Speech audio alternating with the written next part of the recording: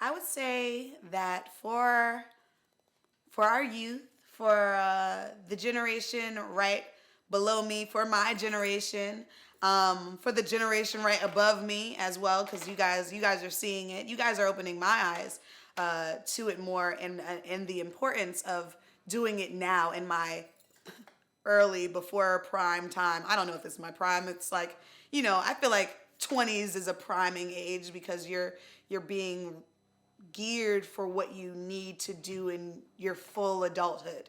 The 20s for me represent, when you're 20 years old, 20 through 29. I don't want to say like the 1920s, but the 20s for me represent you figuring it out, you growing from adolescent to full adulthood.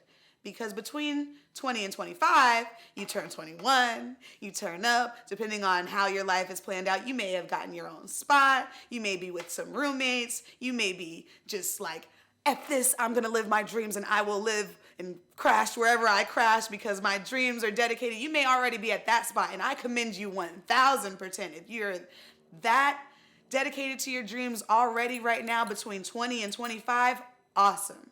That is awesome. You know what you want, you have your mindset on it, and you're doing steps every day to get there. Great. Keep doing that. But between this time is when we all should be doing that. We all should be gearing our minds towards what is it really that we want? What is this purpose that we want to hold in life? Why do we wake up every morning? What is your purpose? I want you guys, like the little imagination, little like rainbow that SpongeBob did. This is my little purpose block. So I want you to really take time between your 20 and 25 years of age.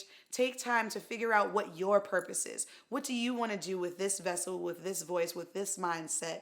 What is your ultimate goal in life? Define that between these 5 years. I didn't say do it tomorrow. I didn't say do it the next day. Define your purpose. When you have that, then you can use and tap into all of these things that we are so fortunate to have within our reach. All of this social media, all of this instant reach out, all of these videos, all of these photos, all of these ways to communicate, show, and share our thoughts with other people who may have those same thoughts, then in turn will be able to connect and work with us that same way to make those thoughts realities. We have access to do those things, but please don't oversaturate yourself in all of these things and the fun of just connecting and gossiping. Don't turn social media into high school, which is what I feel like it is. We turn it into high school where we gossip a lot about what other people are doing and the feuds that they're having and the confusion that's going on, or the greatness that is happening in their lives. But we don't really get to really know what's really happening. And if we allow ourselves to only be concerned with those likes, those views, those reposts, those shares, before we have defined our purpose,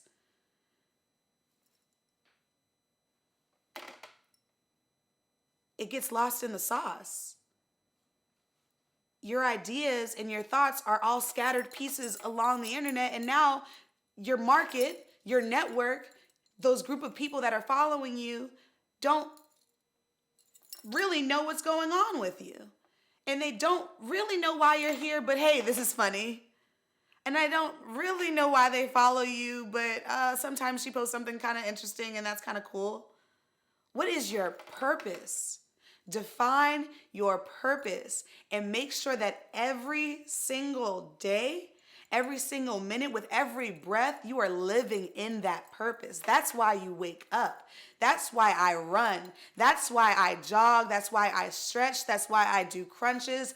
That is why I do all that I do. That's why I journal. That's why I do everything, because I envision myself, no lie, as a superwoman.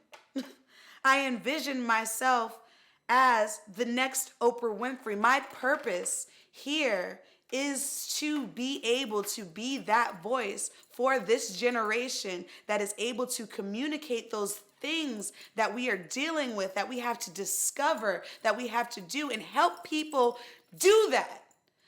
That is my purpose. My purpose is to be able to sit across the table from one of my friends who's like, man, Keys, yo, I'm going through it. Like, I just got this and I got to get out of this, but I want to do this, but this is this. And I sit down with him and I say, but you want to do what?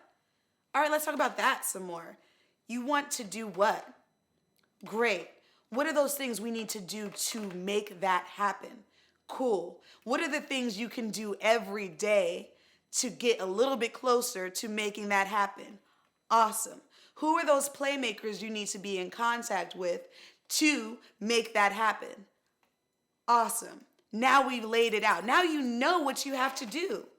Now you see it. So yeah, you have a 9 to 5.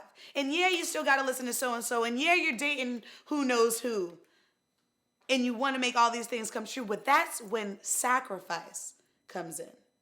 Our generation is so lucky, so fortunate to be able to have all of this at their fingertips. If the guys who invented airplanes had Snapchat and Twitter, whew, we'd probably have way more airplanes faster that are doing crazier things now than they are capable of doing. Because they would have spread the word to the guys on the other side of the planet or universe who was thinking the same thing. And the idea just would have picked up and sparked like wildfire. We are so fortunate to be able to connect so instantaneously with whoever. The world is your audience. We have that. And it takes a simple post to notify your audience. It takes persistence to gain that proper strong following to fuel your purpose.